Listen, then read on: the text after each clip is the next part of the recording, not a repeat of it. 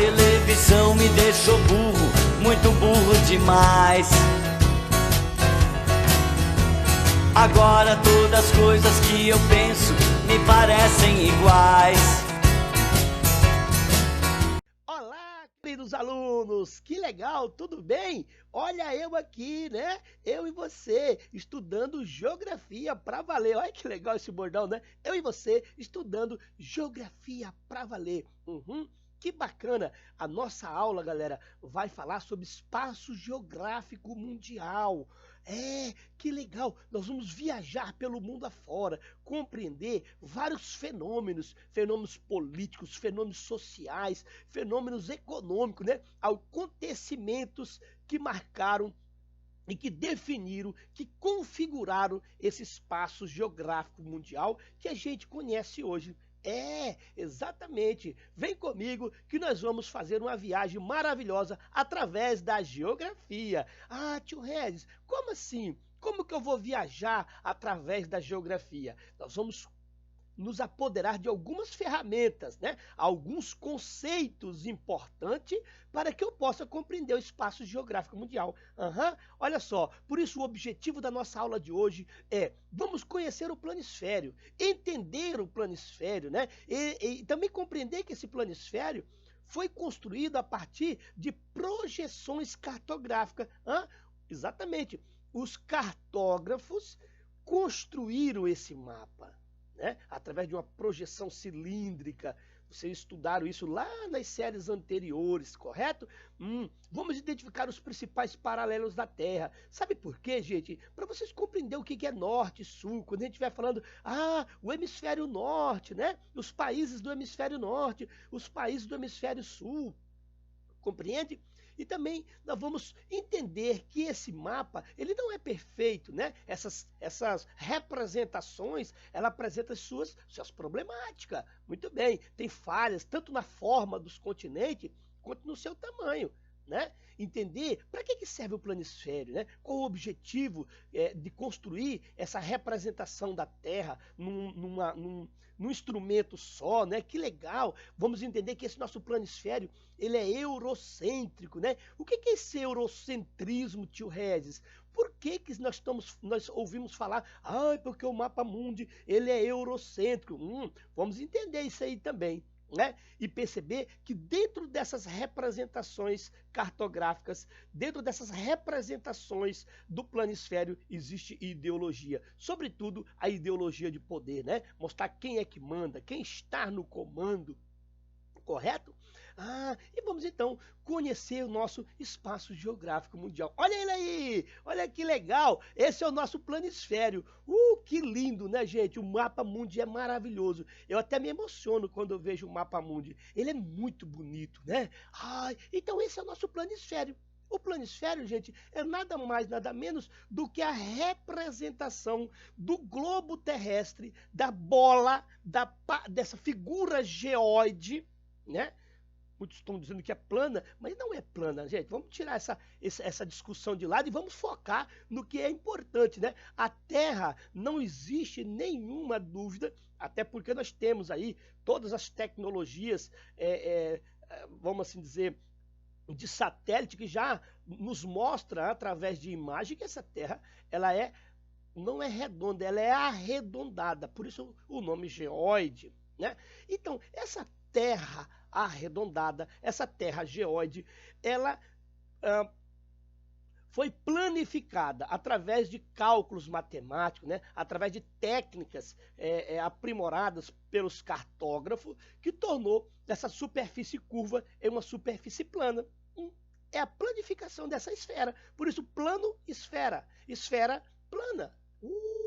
Que bonitinho, agora eu entendi. Professor, e para que serve isso aí, né? Para que serve? Tio Regis, as pessoas, né, precisavam ter um instrumento que fosse muito melhor do que o globo terrestre. Tá vendo o globo terrestre aqui, ó?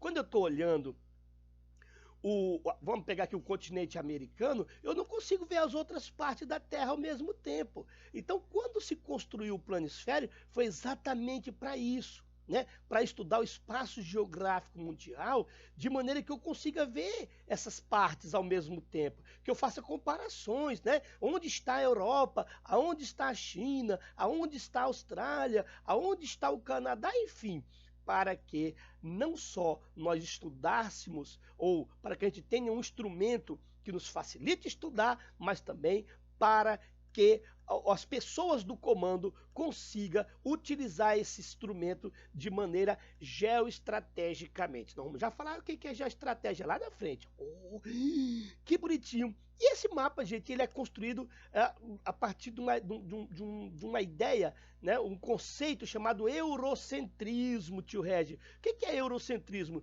Exatamente, Europa, o centro.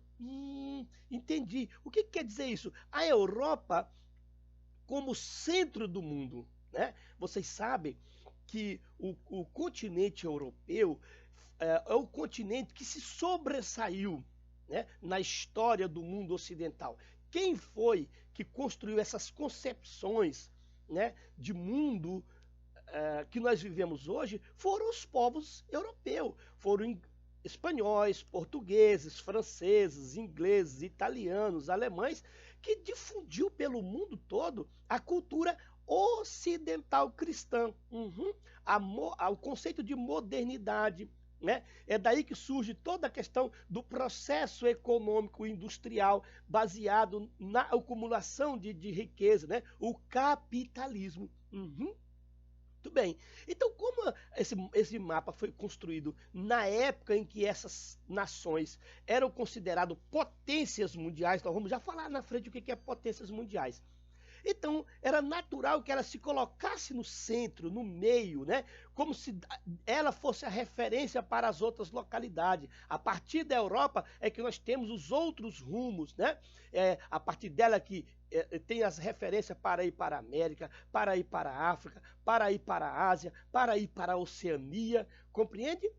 Porque a ideia do eurocentrismo, e essa ideia expressa essa supremacia do continente europeu, né? Essa parte de cima, estou por cima, né? Até porque, gente, em uma bola não existe em cima nem embaixo, correto? Qualquer lugar é um ponto inicial. E no universo, principalmente. Porque se você tem uma bola, né? Teoricamente bola, né? Um objeto arredondado, solto no espaço, e esse espaço não tem fim, não tem limite, nem começo, nem fim, como é que eu posso dizer que essa parte está em cima e essa parte está embaixo? Entende? Então, essa ideia de em cima e embaixo, na construção do mapa, teve uma intencionalidade de mostrar aonde era o centro, né? De onde partia, qual era o lugar, o centro de decisão, né? O lugar a ser seguido, correto? Tio Regi, eu estou entendendo. E esses mapas, gente, eles também trazem suas ideologias, né? Ele traz consigo também algumas propostas ideológicas. Mas antes de eu falar dele, eu quero falar com vocês algumas coisinhas que nós precisamos saber também. Olha só, essa representação, ela é cilíndrica. O que significa isso? Os cartógrafos, para construir mapas mundiais ou representações de parte desse mundo, né? Que não é um mapinha, né? Que não seja um mapa regional, eles usam para isso algumas figuras geométricas, correto? Que figuras geométricas são essas?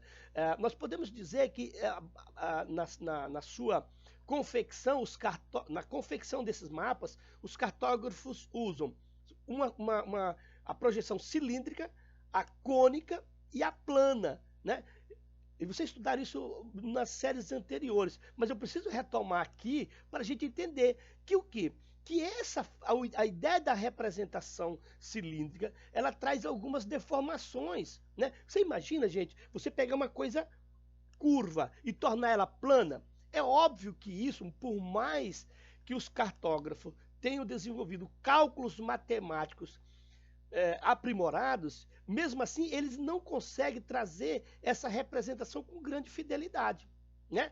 E aí que eu quero chamar a atenção de vocês é isso. Nós vamos então conhecer os principais paralelos para a gente entender isso. Ó, o Trópico de Câncer, o Trópico de Capricórnio, né, que corta o Brasil, né?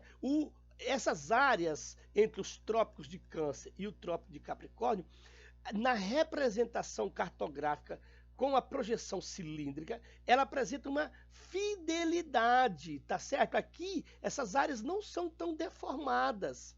Percebe? Já nas regiões do Círculo Polar Ártico e do Círculo Polar Antártico, quanto mais aqui para cima, mais deformado vai ser as áreas, correto? Olha só uma ideia aqui que eu quero mostrar. Ó, essas áreas aqui das regiões, vamos chamar baixas, médias latitude, tá vendo? Aqui é baixas latitude, né? Porque a linha do Equador, que divide a Terra em dois hemisférios, né?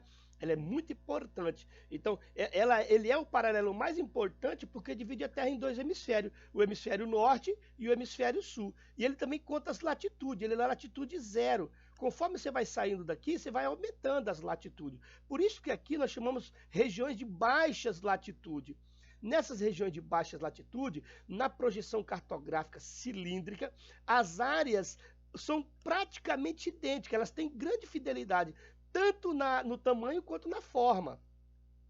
Conforme vai se distanciando da região equatorial, a projeção cilíndrica já não garante essa fidelidade, né? De forma que nessas regiões aqui, ó, de médias latitude, você já tem algumas distorções, certo? Já nas regiões, olha só para vocês terem uma ideia aqui, ó, o Brasil, ele é um país que tem 8,5 milhões de quilômetros quadrados, certo? 8,5 milhões de quilômetros quadrados. A Europa sozinha, o continente europeu, tem 10,5 milhões de quilômetros quadrados. Se você olhar o tamanho do Brasil, certo? E o tamanho do continente europeu, você percebe que existe uma equivalência, não há uma diferença muito grande, né? Realmente falaram lá, se o Brasil tem 8,5, é normal que aqui a Europa tenha 10,5 milhões de quilômetros quadrados, né? Não é tão distorcido assim.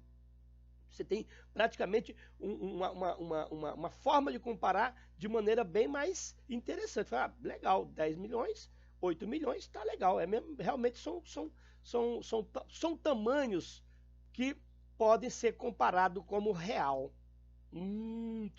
Gente, olha só um detalhe, presta atenção. O Brasil sozinho tem 8,5 milhões de quilômetros quadrados. A Europa inteira tem 10,5 milhões de quilômetros quadrados. Por isso que o Brasil é chamado de um país continental. Não um país continental, mas um país de dimensões continentais. Sabe quantas França caberia dentro do Brasil, se a gente fosse colocar? 25 países do tamanho da França dentro do Brasil. Olha, então nós somos um país grande, né? Exatamente. Tio Regi, já nas regiões polares, acima do Círculo Polar Ártico e acima do Círculo Polar Antártico, as distorções são muito grandes.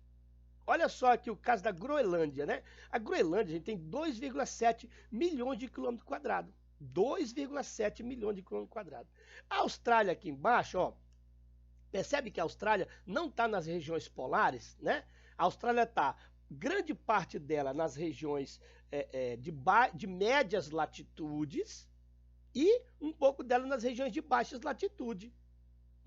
Olha, a Austrália tem 7,5 milhões de quilômetros quadrados. Agora você dá uma olhada do tamanho da Groenlândia para o tamanho da Austrália. Olha a diferença, né, comparativa da representação desses dois espaços em termos de tamanho.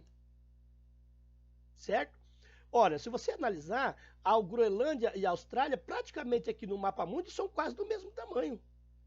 E a Austrália é quase 3 vezes o tamanho, é 2,5 vezes o tamanho da Groenlândia. Correto? Regi, e estou entendendo, tio Regi. Por isso, gente, que nós podemos dizer que a Austrália, ela é a maior ilha do mundo. Nós vamos falar isso lá na frente, só um pouquinho, tá? Tio Regi, que legal. Então, estou entendendo. E agora, o que seria isso para nós, né? O que seria isso para nós? Nós estamos falando aqui dessa ideologia de mapa. Veja bem, gente, que não só bastasse os países da Europa estar na região, vamos assim dizer, de cima, né? Você percebe que existe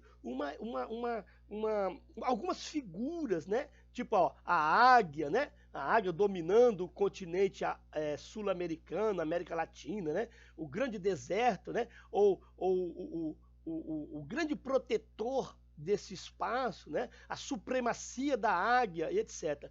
E aqui você percebe um dragão, né? Um grande dragão, a cabeça do dragão aqui, tá vendo? A boca, ó, que seria mais ou menos a Europa, juntamente com a Ásia, dominando o continente subdesenvolvido da África. É mais ou menos a ideia disso, né? Para ficar mais ou menos claro essa visão, né? Desse poder, né? Que a gente está falando, a gente procurei esse mapa para mostrar para vocês essa coisa mais clara, né? Do dragão e da águia, né?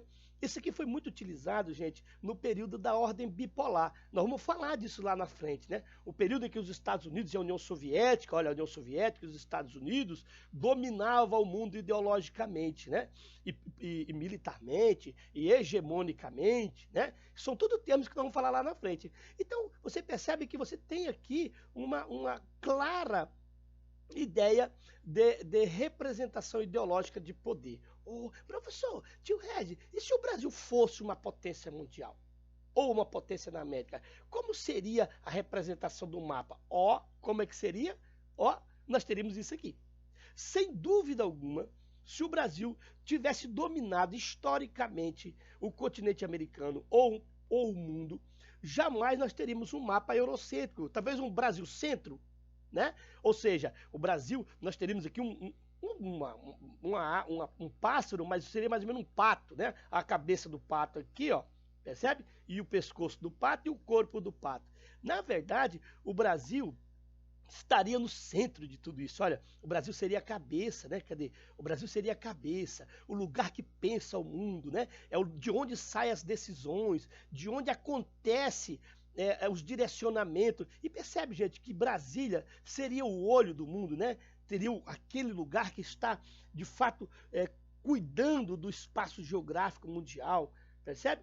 E aí, essa parte da América Central seria o pescoço, né, desse pato, e o resto aqui seria o corpo desse pato comandado por essa cabeça, que na verdade não é bem assim que a gente vive, né? Então, galerinha, o mundo não é esse gatinho lindo brincando com a Austrália, tá? O mundo, ele realmente, ele é sério. Existe um comando nesse espaço geográfico mundial, certo? Tio Regis, por que isso? Por que as guerras? Por que, né, essas coisas que nos deixam chateados quando eu olho para o continente africano, vejo pessoas passando fome? Esse mundo é de dominados e dominadores. É lindo até a natureza. A partir das ações do homem, esse espaço geográfico tem muito para melhorar, certo? Tio Regis, vamos lá, resumindo a nossa aulinha de hoje. Tio Regis, que legal. Vamos lá, o que nós vimos então? Nós vimos que o planisfério, ele é uma representação do espaço geográfico, né? É uma representação da superfície curva da Terra em uma superfície plana. Nós vimos também que ele serve para que a gente possa fazer comparações, estudar o espaço geográfico mundial, né? E esse mapa é construído a partir de uma visão eurocêntrica, que expressa a supremacia do continente europeu. Conhecemos também aqui os principais paralelos da Terra, né? A linha do Equador, que divide a Terra em 2 hemisférios e começa a contar as latitudes. E os 4 paralelos importantes: Círculo Polar Ártico e o Círculo Polar Antártico, Trópico de Câncer e o Trópico de Capricórnio. Correto? E nós percebemos que quanto mais a gente se distancia da linha do Equador, numa projeção cilíndrica, nós vamos ter, então, uma distorção maior, tanto na área quanto no tamanho dessa área representada. Tio Regis, que legal! E nós vimos também, gente, que nós temos o quê? As 2 maiores ilhas do mundo, né? A Groenlândia é a segunda maior ilha e a Austrália, que é a maior ilha do mundo. Nós vamos falar isso lá na frente, tá bom? Tio Regis, que legal! E aí nós vimos que os mapas, eles passam ideologia de poder, correto? Ou seja, principalmente esse mapa mundi que a gente está vendo, a gente tem aí uma representação da ideologia de poder expressada no mapa mundi. Que legal. Será que você aprendeu? Vamos ver? Olha lá.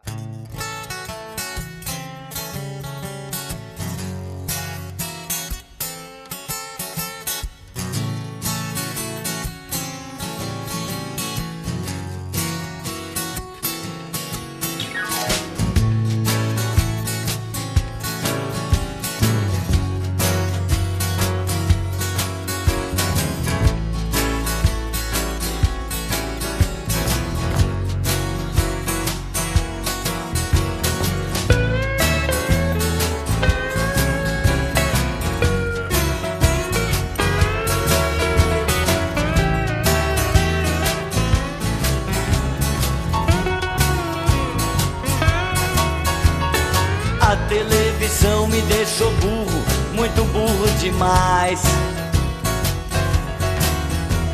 Agora todas as coisas que eu penso me parecem iguais.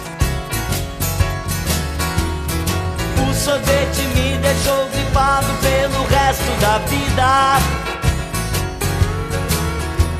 E agora toda noite, quando deito, é boa noite, querida.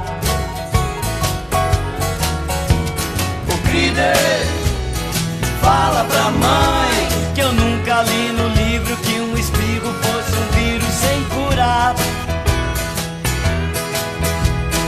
Vê se me entende pelo menos uma vez, criatura.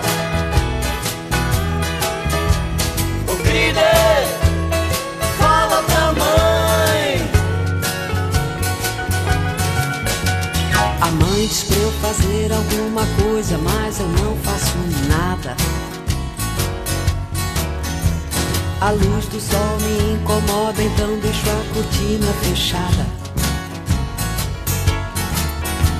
É que a televisão me deixou burra, muito burra demais.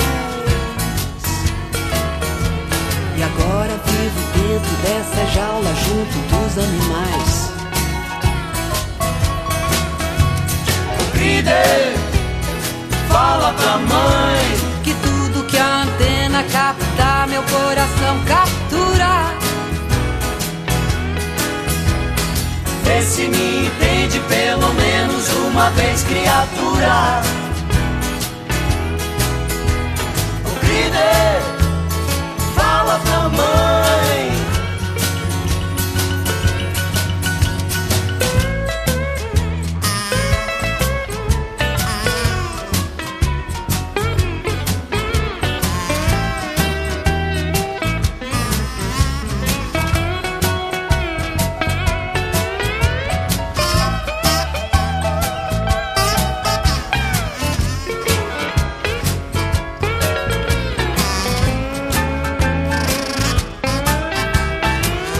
Isso aí, você que ficou comigo até agora deve ter aprendido muita coisa, tá bom? Beijo no coração de vocês e até a próxima aula. Não se esqueçam de estudar e ler o livro, beleza? Beijo no coração de vocês e até mais.